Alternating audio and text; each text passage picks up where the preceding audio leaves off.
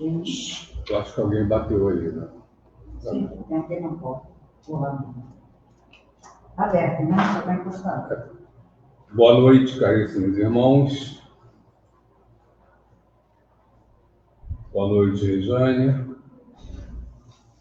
São dia 27 de fevereiro do ano de 2022, terminando já o segundo mês do ano, né? E iniciando mais um estudo em nossa casa, o estudo das obras espíritas, do Pentateuco Espírita, hoje com o estudo do Céu e Inferno.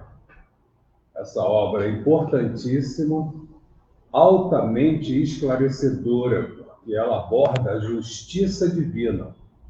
Então a gente passa a entender a verdadeira justiça, que é a justiça de Deus, a justiça do nosso Pai.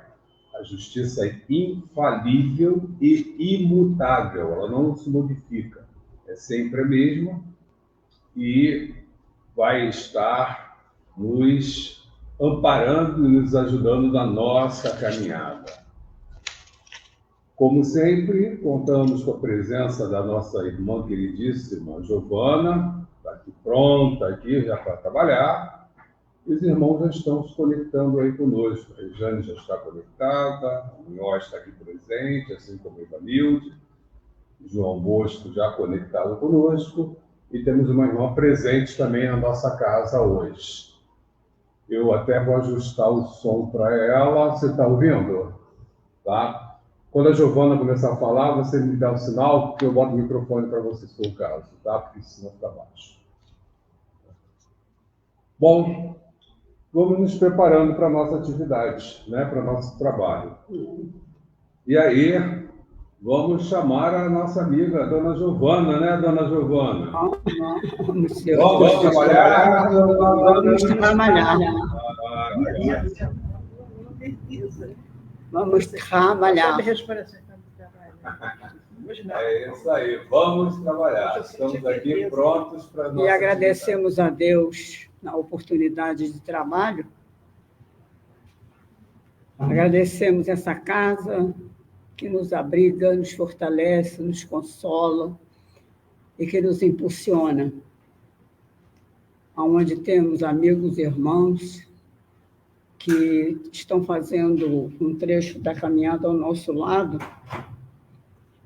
Eu, na minha situação de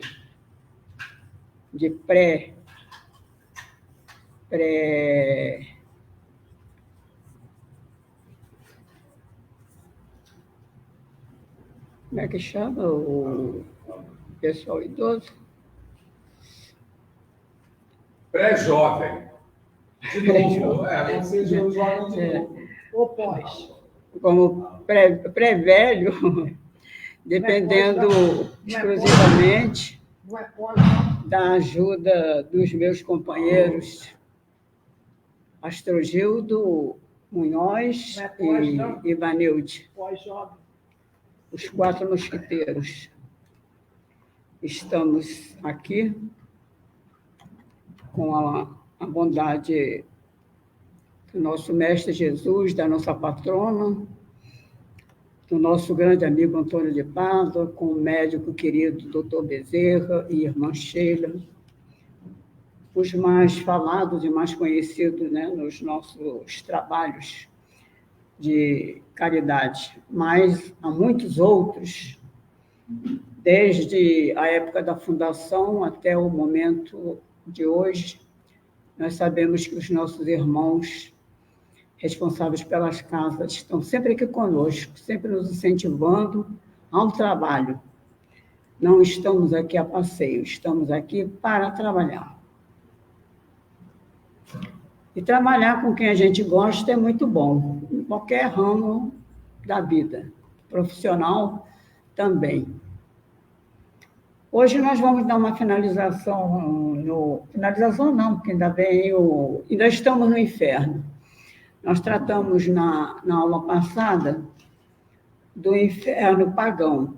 Hoje nós vamos tecer alguns comentários sobre o inferno cristão, mas recomendando aos nossos companheiros que não deixem de pegar hoje ou amanhã, pegar um tempinho para ler o ponto. A primeira parte do livro Céu e Inferno, o capítulo 4, e a continuação é o item 11, que trata do esboço do inferno cristão. A opinião dos teólogos sobre o inferno resume-se nas situações tiradas da obra intitulada O Inferno, de Augusto Calé. Esta descrição é reproduzida a cada instante, com pequenas variantes nos sermões dos púlpitos evangélicos e nas instruções pastorais. Conseguintemente, o inferno é considerado um lugar físico, geográfico, material, uma vez que tem que ser povoado por seres terrestres. Onde está esse inferno? Não sabemos. Alguns doutores, ele fala autores, eu botei entre parênteses, ou autores, têm colocado nas entranhas do nosso globo terrestre o inferno. Não sabemos em que planeta, sem que o problema se haja resolvido por qualquer concílio. Os concílios da igreja, talvez por tratar de assuntos mais importantes, né, relativo à igreja, que é complicado, né? A administração de uma religião tão ampla como a católica. Acredito que seja uma das maiores, né, de todo o mundo. Então, os teólogos mais circunspectos, mais cuidadosos, não se atrevem, à semelhança dos egípcios, dos hindus e dos gregos, a descrever os horrores dessas moradas, limitando-se a nos mostrar como premissas do pouco que delas falam as escrituras chamadas de sagradas. Mas todas elas têm o lago, têm o fogo, têm o enxofre, que é mencionado no Apocalipse. No Apocalipse, que é um livro considerado apócrifo pela Igreja, por causa das dúvidas que levanta e dos questões que também levanta, não é um livro utilizado, mas ele existe e é estudado. Então, o enxofre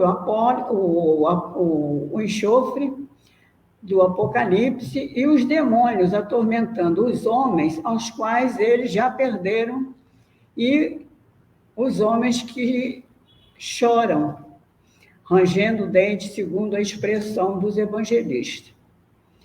Santo Agostinho não concorda que esse sofrimento físico seja apenas reflexo dos sofrimentos morais.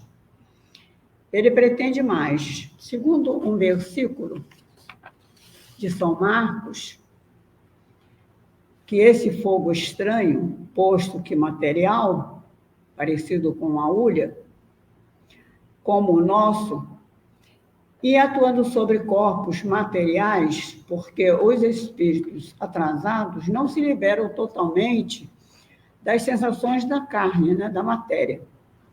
Nós só nos liberamos das sensações da matéria quando nós conseguimos realmente desencarnar e nos desligar do mundo material. Então, os espíritos que estão lá estão muito ligados ainda às sensações da matéria. Assim falam com toda segurança os teólogos mais tímidos, discretos e comedidos. Não negam que haja no inferno outros suplícios corporais, mas dizem que para afirmá-lo, para eles falta suficiente conhecimento. Então, eles não se arriscam a afirmar mais algumas coisas por uma questão de segurança, para não falar bobagem. E, conquanto não se saiba em que lugar do espaço está situado o inferno, até essa época que o livro foi escrito, há santos que o viram. Eles não foram lá, mas foram transportados em espírito. Desse número, nós contamos com Santa Teresa. Dir-se-ia, pela narrativa da santa, que há uma cidade no inferno. Ela aí viu, pelo menos, uma espécie de vila comprida e estreita, como as que abundam em velhas cidades, e percorreu horrorizada, caminhando sobre o lodoso e fétido terreno.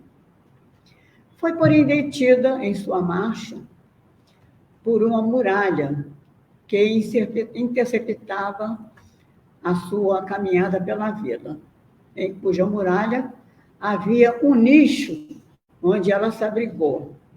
Apesar da facilidade que tivera em penetrar nesse nicho, não podia sentar-se, nem levantar-se, nem deitar-se. Tinha que permanecer de pé. Como não pode deitar nem sentar, a gente imagina que ela flutuou. Tampouco podia sair. Sem esperança de socorro, tudo era trevas em torno de si, na hedionda vila em que se achava. Esse não era, sem dúvida, mais que um pequeno canto do inferno. Outros viram no inferno planícies sem fim, cultivadas por camponeses famintos, que, nada colhendo desses campos fumegantes, se entredevoravam, eram magros e vorazes, e em bandos procuravam em vão terras mais férteis. Ainda outros relatam que viram no inferno montanhas, precipícios, florestas, poços secos e fontes alimentadas pelas lágrimas. Nota de rodapé. Nesta visão se reconhecem todos os caracteres dos pesadelos, sendo provável que fosse desse gênero o fenômeno acontecido à santa.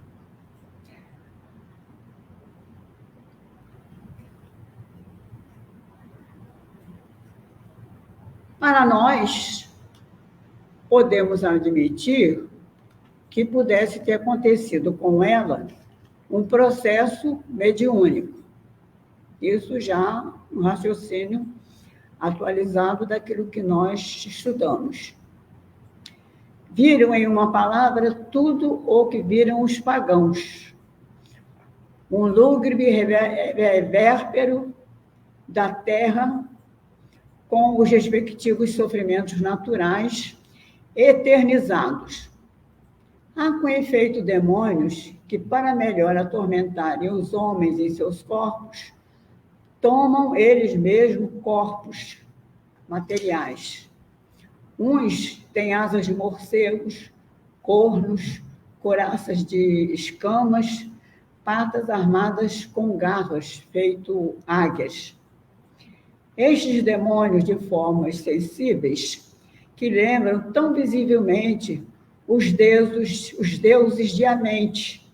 A Mente era um deus adorado pelos fenícios, pelos moabitas e outros povos vizinhos à Judéia. Esses monstros não obram ao acaso, tendo cada um a sua função. O mal que praticam no inferno está em relação direta com o mal que inspiraram e fizeram os homens cometerem na terra.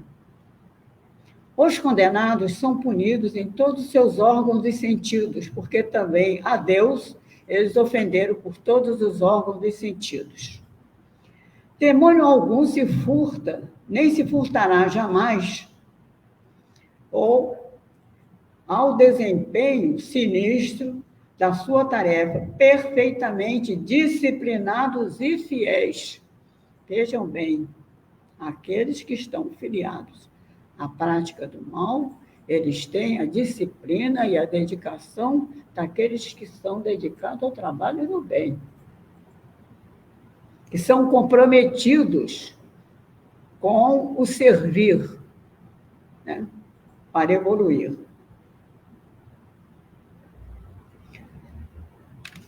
perfeitamente disciplinados, fiéis quanto à execução das suas vingativas ordens, que receberam. Aliás, sem isso, o que seria do inferno, se não tivesse trabalhadores dedicados, né? Aí eu me lembrei de uma historinha mais ou menos engraçada, que é narrada nos nossos livros, de um homem justo que desencarnou e se apresentou na porta do céu ao porteiro. Aí o porteiro perguntou: qual o seu nome? Aí ele disse: fulano de tal. Aí o servidor, porteiro do céu, foi lá no fichário, né? E mexeu nas fichas para lá, mexeu fora de ordem, procurou, disse assim: meu amigo, sinto muito, seu nome não consta no nosso arquivo. Ele aí disse assim: o que fazer, né, meu amigo? Aí, infelizmente, tenho que encaminhar o senhor para o inferno. E ele aí foi, humilde, dócil como ele era, obediente, ele foi para o inferno. Entrou, aí quando chegou no inferno, começou a conversar com as pessoas, começou a abraçar um, abraçar outro, conversar, trocar ideia, passar os seus conhecimentos, e as pessoas prestavam atenção a ele. E ficou todo mundo ao redor daquele homem, ouvindo aquelas coisas que ele dizia. Aí chegou um lá daqueles encarregados e disse assim: que bagunça é essa? O que está acontecendo aqui? Aí os condenados lá disseram: esse senhor chegou, estamos conversando com ele, estamos muito interessados no que ele está falando, é muito interessante, nos interessa de fato. Aí ele saiu, furibundo, foi lá, falou com o porteiro do céu: você, por favor, isso é sabotagem, vai lá buscar o seu discípulo, que ele está lá regenerando o pessoal do inferno. Lá não é lugar de regeneração, lá é lugar de sofrimento. Aí o porteiro foi lá na porta do céu e o demônio entregou ele para ele ir para o lugar. Ser demitido do inferno. Pô, que bom. Aí foi lá e ele foi, se despediu, desejou, né, um futuro melhor para aqueles que estavam ali. Eu acho essa história muito interessante. Mas quase nada se conhece da ralé demoníaca. Conhece-se, porém, os nomes de muitos príncipes, olha, são chamados de príncipes, que comandam tais legiões, entre os quais Belfegor, o demônio da luxúria, Abadar ou Apolion, do homicídio, Belzebu, esse é mais conhecido, dos desejos impuros, Mamon, da avareza, Moloque, esse também mais conhecido, Belial, Baagalde e Astarote, e muitos outros, sem falar no seu chefe supremo, o sombrio arcanjo que no céu se chamava Lúcifer, e no inferno tomou o codinome de Satanás, muito comentado, muito invocado nas reuniões dos neopentecostais. Eis aí, resumido, a ideia que nos dão do inferno sob o ponto de vista da natureza física e também das penas físicas que aí sofrem os culpados. Compulsar os escritos dos padres e dos antigos doutores, ou, coloquei, teólogos, observar as esculturas e os painéis das nossas igrejas, atentar no que dizem nos púlpitos, e sabereis ainda mais o que acontece, né? Não deixar de ler, não deixar de levar na leitura, levar em conta a época em que o livro Céu e Inferno foi escrito, século XVIII, né, Gildo? Esse livro foi escrito no século XVIII. Então, nós estamos fazendo uma leitura histórica, mas impregnada do misticismo, das crendices, das superstições que nos acompanham até o momento atual. O autor acompanha esse quadro das seguintes reflexões, cujo alcance procuraremos cada qual compreender, e para compreender é preciso completar a lição pelo livro, que é mais completa, a gente faz um resumo, que se diga que a alma, ou melhor, eu falei, o espírito, é o seu próprio algoz. Deus não a persegue e apenas a abandona. Aí eu fiz uma posição de interrogação. Deus abandona? A gente hoje sabe que Deus não abandona, né? Então, a gente precisa cuidar Ele não abandona, né? Ele deixa seguir o curso escolhido. Lê com atenção e sempre tendo como pano de fundo a nossa bagagem, né, de hoje. Ele não abandona, ele deixa a gente seguir. A gente que escolhe, né? É a gente que escolhe, mas ele está sempre pronto, esperando o nosso retorno, que é uma festa, né? Uma alegria quando alguém se converte. No estado infeliz, por ela ou ele escolhido. Quer dizer, esse estado infeliz de ser mandado para o inferno ou para o purgatório é uma escolha que nós fizemos durante a encarnação, não aproveitando as oportunidades oferecidas. Então, conquanto esse estado de abandono eterno de um ser desgraçado e sofredor pareça incompatível, a nosso ver, com a bondade divina que nós sabemos. Os teólogos supõem, portanto, que Deus ensina, eles supõem e ensinam que Deus opera um milagre para o final dos tempos, que é a ressurreição dos mortos, para um julgamento final e coletivo. Aqui eu botei entre chaves o que sabemos ser impossível sob qualquer ponto de vista analisado pelos avanços da ciência humana. Qualquer campo da ciência humana, qualquer pessoa com o mínimo de conhecimento já sabe que é impossível, né, ressuscitar todas as pessoas que morreram desde que o mundo foi formado. É uma ideia totalmente absurda, né? E eu aí estava me lembrando que os povos antigos, alguns inclusive até extintos, como os Atlantes, como a Lemúria, que são povos bem anteriores, e muito mais recente o Egito, já conheciam ciência profunda. Porque as pirâmides do Egito, ela tem no seu interior equações de matemática, de geometria e de engenharia. É tudo extremamente matematicamente perfeito. Lá dentro não faz calor, é fresquinho, é temperatura ambiente. Então, é coisas que nós trazemos do passado e que o homem não fecha. A gente tem, pelas pesquisas da antropologia, né, coisas comprovadas de coisas que existiram, né? Lá em São Lourenço tem um templo teosófico que tem um museu de um estrangeiro que juntou algumas coisas do Brasil. Lá tem um limão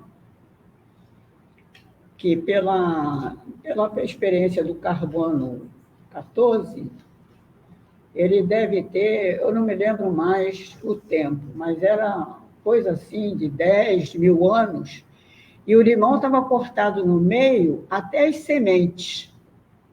Quer dizer, há 10 mil anos, 15 anos atrás, já havia um objeto cortante que cortava uma fruta até as sementes. E a gente sabe que a faca, os talheres, essas coisas, era coisa do século XV, né? Até o século XV. Em Roma se comia com a mão, né? Não tinha talheres. Então, a gente precisa fazer essa ida e essa vinda, né? No futuro e no presente. Eu aí pulei um pedaço, porque são comentários detalhados das diversas interpretações das leis de Deus no entendimento da época. Lembramos que a religião media forças com as políticas dos povos e era manipulado pelos poderes. Os homens de poderes, eles manipulavam a igreja, manipulavam, e havia jogo de interesses, né, de fazer concessões uns aos outros. Isso o povo que se deixasse. Desde aquele tempo, né? Os poderosos continuam manipulando as informações. Não mudou. Né? Nisso, a humanidade... A característica ela apenas aprimorou. Isso. Aprimorou os métodos, né?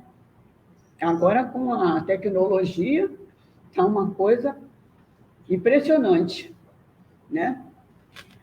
Dizemos com razão que o inferno dos pagãos... Dizemos com razão que o inferno dos pagãos se assemelha ao dos cristãos, porque a única diferença era que os cristãos acreditavam no único Deus e os pagãos adoravam deuses construídos de figuras que eles faziam imagens gigantescas e botavam para adoração, faziam sacrifícios, até sacrifícios humanos, para agradar esses deuses, sempre dedicados aos fenômenos da natureza, às situações de interesses daqueles povos. Então, dizemos que, com razão, que o inferno dos cristãos excede o dos pagãos. No Tártaro, que é onde nós mencionamos, é um local no inferno dos pagãos, veem-se os culpados torturados pelos remorsos, vemos-los fugindo da luz que os penetra, procurando em vão fugirem dos olhares que os perseguem. Aí o orgulho é abatido e humilhado. São punidos pelas próprias faltas, sem ser preciso aumentar-lhes os castigos, os sofrimentos já são mais do que suficientes para não lhes dar sossego. Tampouco se vê o requinte das torturas que constitui o principal fundo do inferno cristão. Incontestavelmente, há hoje, no seio da igreja mesma, homens sensatos que não admitem essas coisas, essas definições do inferno e do purgatório. Eles não seguem isso à risca, vendo nelas alegorias cujo sentido seria conveniente de serem interpretados, mas eles têm o cuidado de não mexer, que essas coisas são ninho de vespa, né? Então, eles ficam na deles. Mas a gente sabe que há muitos padres, muitas pessoas dentro da igreja que têm um pensamento totalmente diferente. E eu, como fui criada em colégio religioso, tenho 10 anos de colégio de freira, estudei História Sagrada, Antigo e Novo Testamento, um livro de quase 500 folhas. Quando eu vou à missa, a gente hoje vê eles falarem encarnação, eles não falam mais alma, eles falam espírito. Então, a gente vê a igreja com uma linguagem diferente, eles evitam aquelas coisas que eu estudei na História Sagrada e que a gente ouvia nos sermões. Há sermões belíssimos, bem fiéis àquilo que os evangelistas deixaram para nós como principal recurso de estudo. Eles escolheram os 4 evangelhos, e esses 4 evangelhos são os mais conhecidos e os mais estudados. Há outros evangelhos, há vários evangelhos, há vários escritos de vários santos, de várias pessoas de outras religiões, que também tem muita coisa importante a nos informar. É interessante buscar esse conhecimento. Ronaldo comentou isso na sexta-feira. Poderíamos perguntar como há homens que têm conseguido ver essas coisas em êxtase, se elas de fato não existem. Então, essas coisas, para um pensamento materialmente falando, elas não existem. Mas a gente sabe que os espíritos têm poder de materializar essas coisas.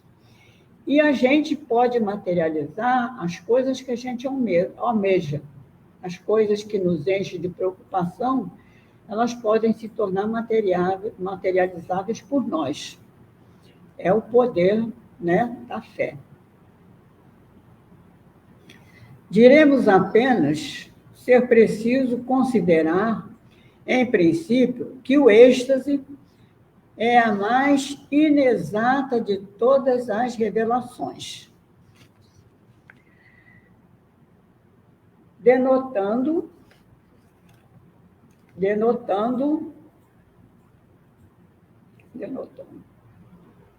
o êxtase.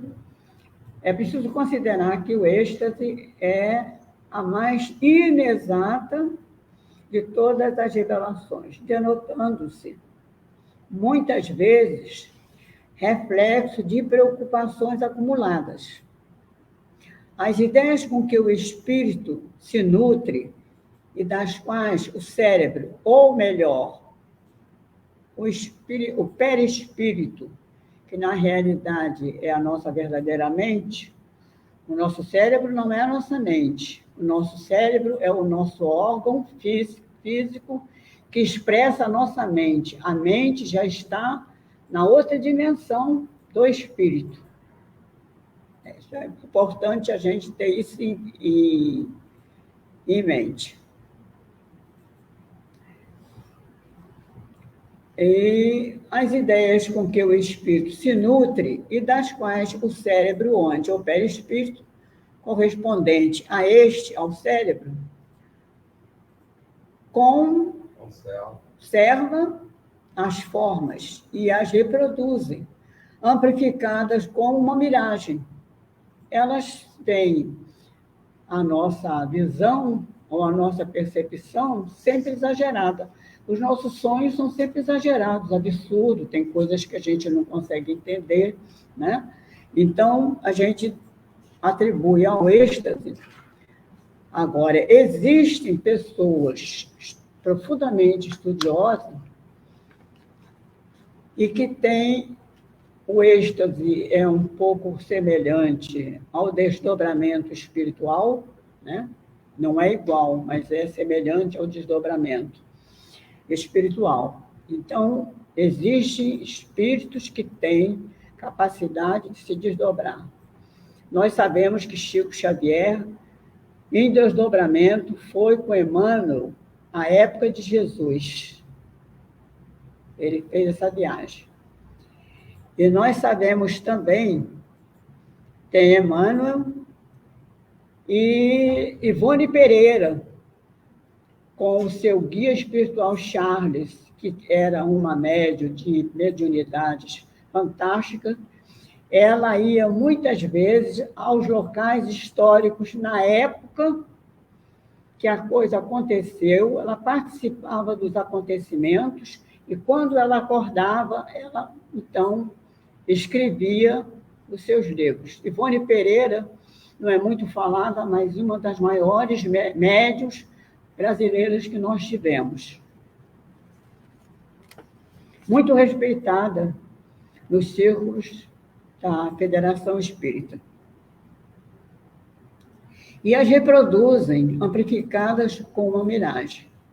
Os estáticos pode ser um fenômeno espiritual e pode ser um distúrbio psicológico que tem resposta no psiquismo, que é a soma do nosso sentido físico e do nosso sentido espiritual e psicológico.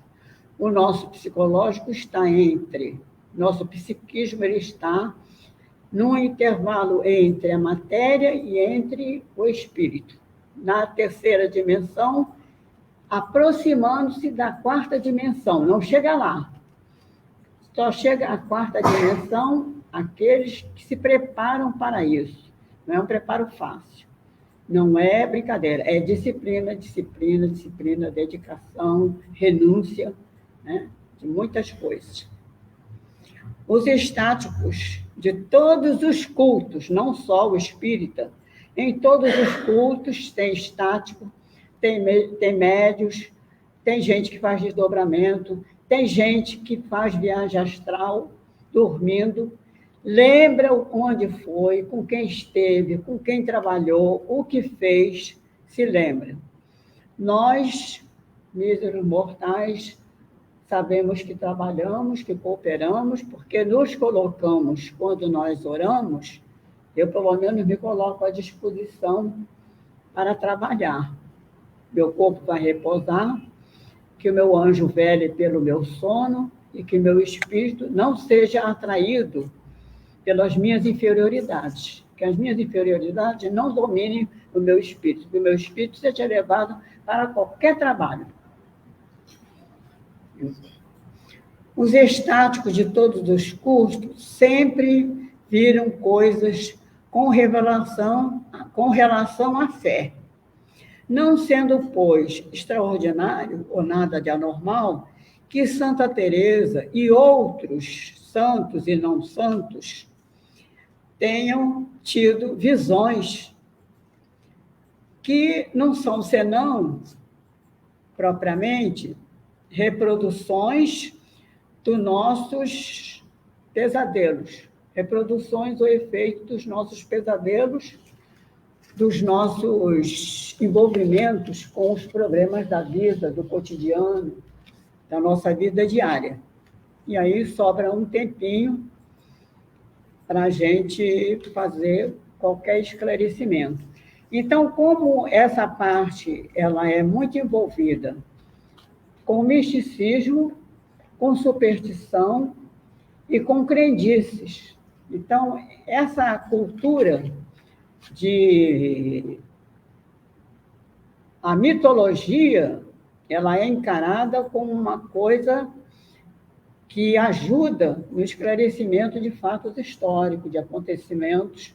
Ela pode servir como um complemento para esclarecer algumas coisas que acontecem, né? Porque a vida é cheia de fenômenos para nós incompreensível.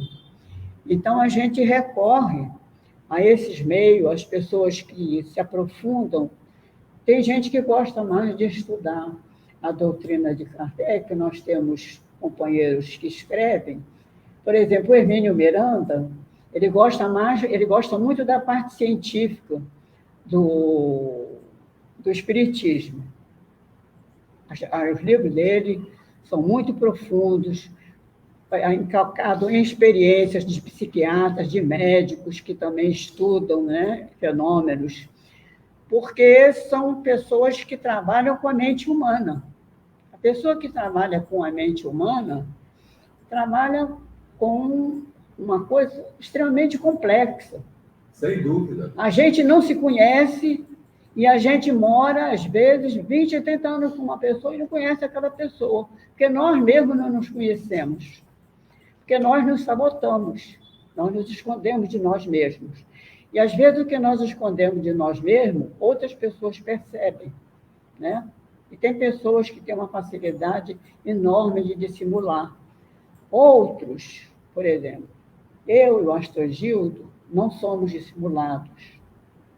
E, por isso, por nós não sermos dissimulados, e a gente, algumas vezes, recebe algumas críticas, que a gente é franco demais, né? Agora, como a gente, tanto eu como ele, a gente agora está caminhando pela graça da generosidade dele, fazendo e a Munhoz também. A Munhoz também me dá muitas dicas.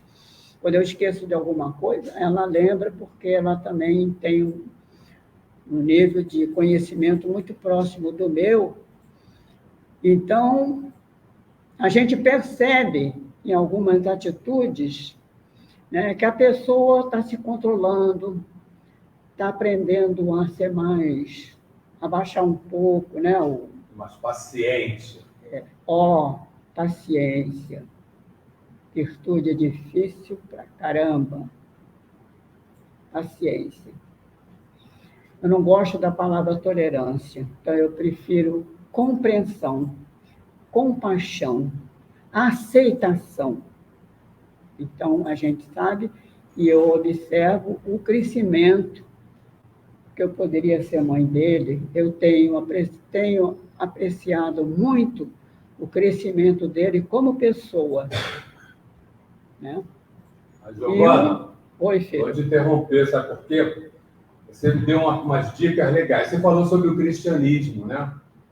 E está rodando até na internet um trabalho da Animal Planet, aquele canal de TV que fala sobre animais e tal, e eles fizeram um levantamento estatístico da humanidade muito legal. Entre essa interpretação, eles colocam que 33% da população do planeta é de católicos. Tá? 73? 33. 36? 33 católicos. Eles colocam, são cristãos, na verdade, né, que eles chamam. Eles chamam de cristão, mas na verdade é católico. Né? Que cristãos evangélicos todos são também, né? É porque também muita gente se diz católico, mas ele não segue, ele não vai à missa, não comunga, né? Assim como, e a segunda religião do planeta são os muçulmanos, que tem 22% da população do planeta. É muita gente. É muita gente, né? E é interessante. Eu estou adorando a conversa de hoje, o nosso estudo de hoje, porque eu adoro entender o funcionamento do corpo humano, né? E a questão do êxtase é uma coisa que me atrai muito, acho muito legal. E hoje, na tua fala, ficou muito legal, né? Você falando da questão que o êxtase não está no nosso cérebro. Ele pertence ao espírito, ao estado do espírito. É outra dimensão. É uma outra dimensão. Não é a dimensão da matéria. O espírito está também no não estado... é a quarta dimensão, porque pouca gente pode alcançar a quarta dimensão. Eu não sei. É uma intermediária. Entre a terceira e a quarta dimensão, tem vários patamares. Eu não sei se a gente consegue definir isso, terceira ou quarta. Mas é uma dimensão que o espírito precisa ter um estado de elevação maior para poder alcançar. É porque são os níveis evolutivos. Sim. Né? E por isso, você falou uma outra coisa que chama atenção. Independe da religião, não é porque é espírita ou não é espírita. Temos grandes médios que não são espíritas. Porque todos nós somos espíritos. Espíritos. E como espírito, temos níveis de evolução e podemos estar lá na frente sem estar vivendo o espiritismo agora. Né? Então, muito legal a conversa de hoje, gostei muito, principalmente por essa abordagem sobre a questão do êxtase, que é uma situação muito interessante que a gente precisa começar a entender o êxtase, né? Porque o êxtase é essa condição que nos permite nos elevarmos mais ainda. Ele pode ser um distúrbio neurológico, psicológico, né? E pode ser um dom. Eu não acredito que ele seja um distúrbio. Eu acredito que ele seja uma situação que a gente ainda não compreende. E a nossa medicina faz muito isso. Se ela não entende, ela coloca como uma doença, como uma patologia. A gente fala um distúrbio porque é o campo da psiquiatria, né? E a gente sabe que tem pessoas que ouvem vozes e não são espíritos. Né? São coisas do inconsciente deles. Né? São outros espíritos, são cobradores, né? E tem pessoas que conseguem, através de tratamento, quando os profissionais da área da saúde mental são sérios, e admitem que a gente tem vários livros, tem a Ana Abramo, tem a América do Norte, não é a que melhor pesquisa, mas eles pesquisam muito essa área. Não é o que melhor pesquisa. A qualidade da pesquisa não é melhor, mas é o que mais pesquisa.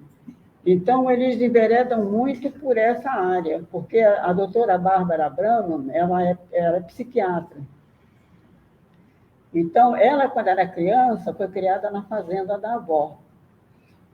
E ela se embrenhava no mato, ela adorava ir no mato, e ela conversava com as plantas, com os bichos, entendeu? Ela se sentia parte daquele sistema. Aí vem a época de ginásio e estudo para doutorado, coisa, ela se tornou uma grande psiquiatra. E ela aí, depois de 15 anos de profissão, um dia ela pensando nos casos que ela tinha de difícil solução, ela diz assim, eu tenho 15 anos de profissão, nunca curei ninguém. Melhora, mas não cura. Aí ela teve uma intuição, voltou para o mato. Quando ela voltou e passou um período no mato, na fazenda, em contato com a natureza, aquilo que ela fazia, que era uma comunhão com estas energias que nos envolvem permanentemente e nos influenciam, tanto para o bem como para o mal, né? Ela retomou tudo isso. Ela abandonou a medicina formal e ela começou a trabalhar nas pesquisas e fazendo trabalhos para entender, né, esses que eu falei de estudos, né, que podem ser... Você pode ver estrelinha, você pode ver luzinha, isso é um problema de vista, pode ser um problema de ouvido, não é espírito. Eu não concordo, porque eu já acho que, para mim, tudo está no plano espiritual. Né? A matéria é uma representação. De uma certa forma, sim. Então, é uma representação. Qualquer manifestação no mundo material, ela é uma representação de algo no plano espiritual. Mas aí... Mas isso aí isso é papo para muita cerveja, como a gente diria. Né? É papo de muitas horas. Quem tem epilepsia nos 3 níveis, da leve, a leve, a média e a grave, né? Aquele que tem a coisa leve, ele tem ausências. Ele se abstrai do mundo. Está onde? Está no plano espiritual. E vai se manifestar no físico para ele poder... Mas está perdido, porque não é o plano dele. Mas porque, por algum motivo, dessa Agora, aquele que tem o dom, e que trabalha esse dom, e que estuda para entender esse dom, se aprimorar nesse dom, ele pode ir a esse estado de abstração, de meditação, de êxtase, espontaneamente. Sim. É muito difícil. O negócio de dizer que qualquer um faz, e tem mais uma coisa. É uma área extremamente perigosa. Porque a gente não conhece. Muita gente enlouquece. A gente não conhece. Muita gente enlouquece que não sabe até que ponto você suporta a pressão, né, dessas visões. E aí eu me lembrei do animismo. O que é o animismo? O espírito da pessoa não é um espírito de fora que está falando. Não. É o espírito da própria pessoa. Né? Sim. Então, são essas situações que mexem com a gente. Pois é, caríssimos irmãos. A conversa já viu que dura, né? Aqui falaram no Lázaro. O Lázaro, na realidade, a gente sabe que Lázaro não estava morto. Lázaro estava num estado de catalepsia, que é a morte aparente, mas que se ele ficasse lá naquele túmulo, ele ia acabar morrendo. O Luiz Carlos chamou a atenção disso, mas a ciência naquele tempo não entendia o que era catalepsia. Parou as funções, aí o corpo entra em decomposição, não está alimentado por água, por comida, por ar, vai entrar em composição, vai morrer naturalmente, né? Sim. Então, o Luiz Carlos chamou a atenção disso. Mas é a evolução da ciência. Assim como a gente não entendia a catalepsia naquela época, a gente não entende muita coisa que está acontecendo hoje. Então, tem muita coisa que daqui a 200 anos nós vamos olhar para trás e falar assim, como nós éramos burros, né? A gente não entendia isso. E entre elas tem essas questões que a medicina não entende, e aí ela joga para o campo do patológico, né? Mas é isso. O papo está muito bom, mas estamos chegando aí ao final do nosso tempo. Agradeço a participação dos irmãos que estão conectados conosco.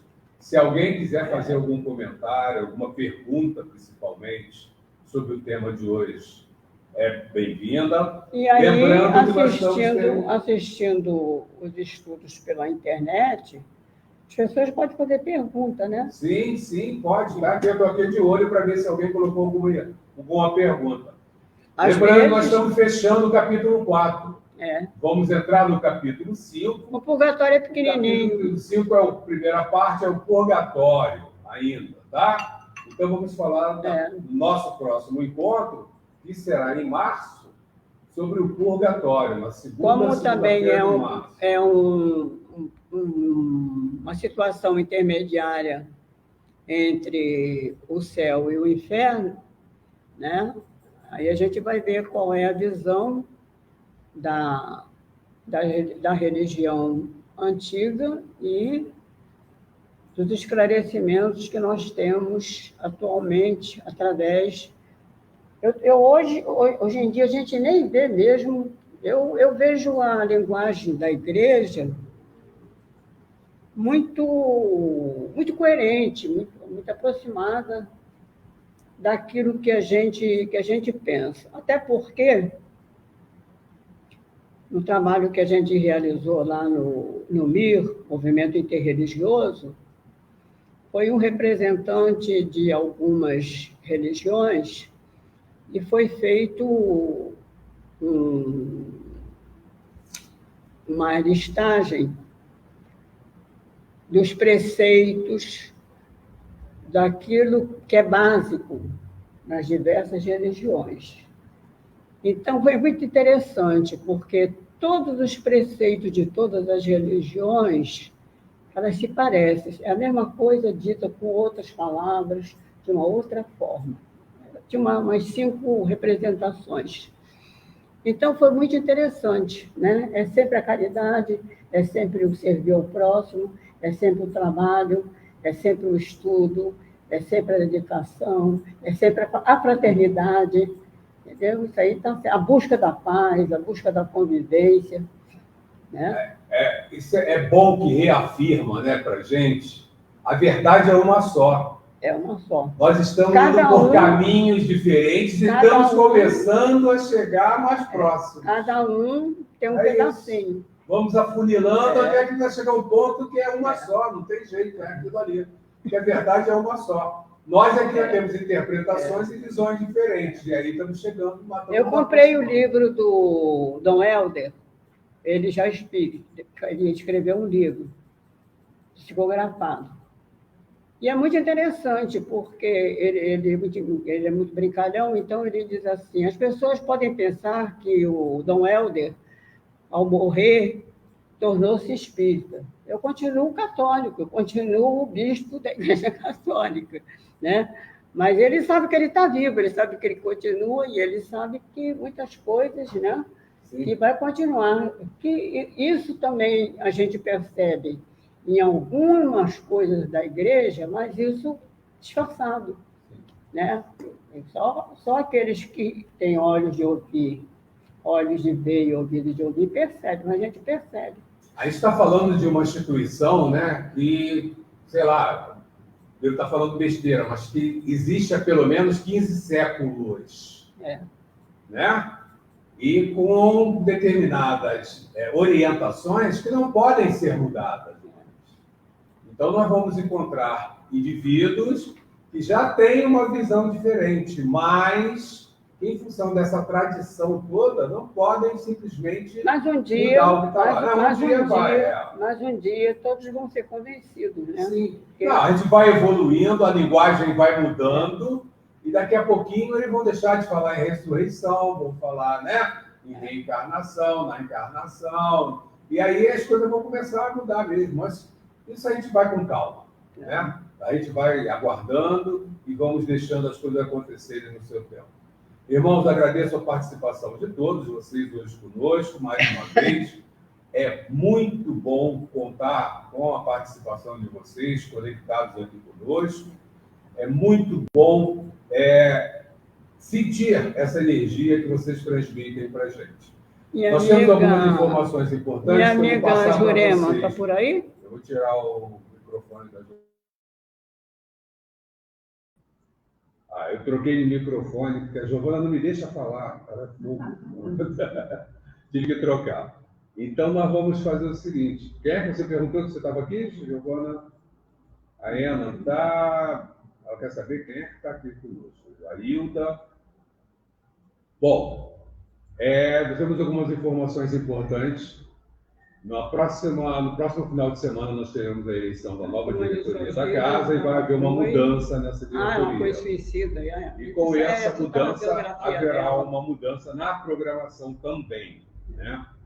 Então, o estudo de segunda-feira, esse estudo está mantido. Ele vai continuar às segundas-feiras, às 18 horas. E nós vamos, depois, às 19h30, nós vamos fazer o estudo do Livro dos Espíritos, que era na quarta-feira, que é ainda, essa semana ele vai ser na quarta-feira.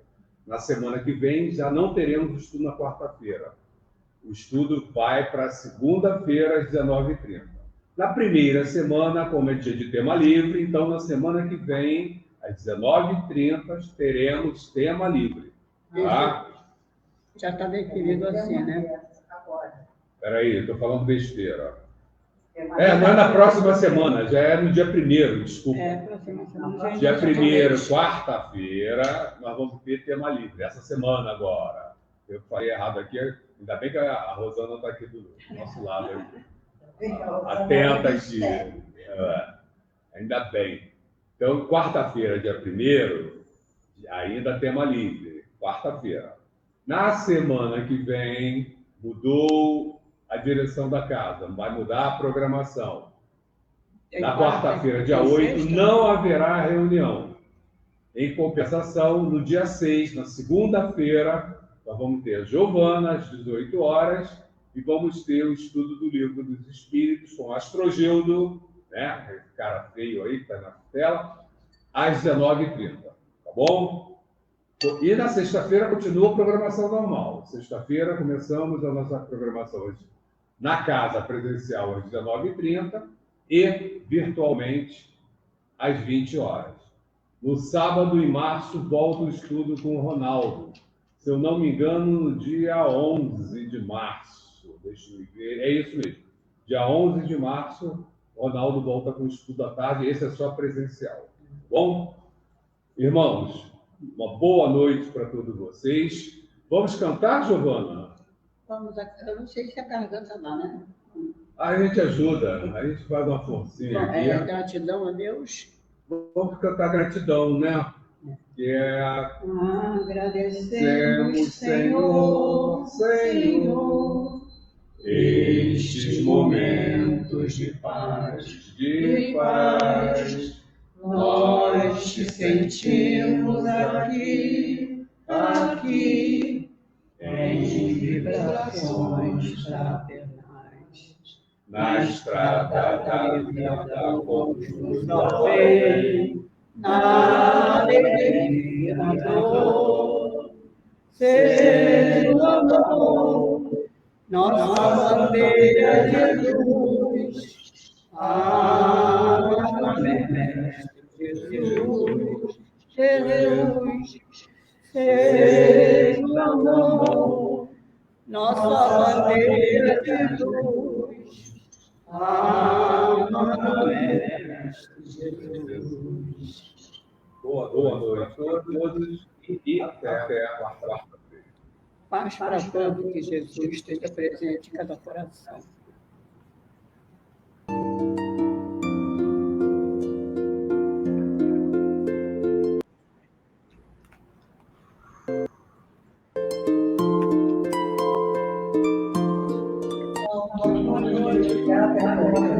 Obrigada pela presença.